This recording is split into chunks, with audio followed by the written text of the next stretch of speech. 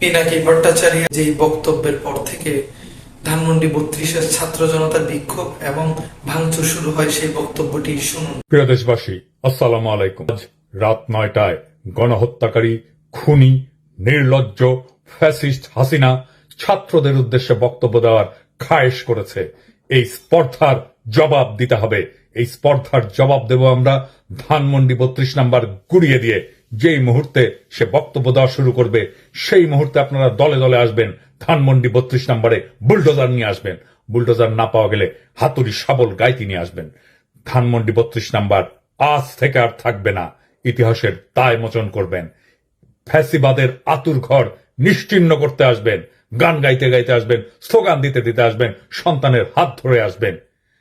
মুখে হাসি আর বুকে প্রতিরোধের আগুন নিয়ে আসবেন। ফ্যাসিবাদের ধ্বংসস্তূপের উপরে ছাত্র জনতার বিজয় নিশান উড়াতে আসবেন। আজ রাত ৯টায় সেই ইতিহাস রচিত হোক। আবু সাইদ, মুগ্ধরাও আসবে আপনাদের দেখানো পথে। আসেন, অসমাপ্ত কাজ আজ আমরা সম্পাদন করি, ইতিহাসের দায় মোচন করি। ধানমন্ডি ৩২ নাম্বার থাকবে না। ছাত্র জনতা ঐক্য জিন্দাবাদ, ইনকিলাব জিন্দাবাদ।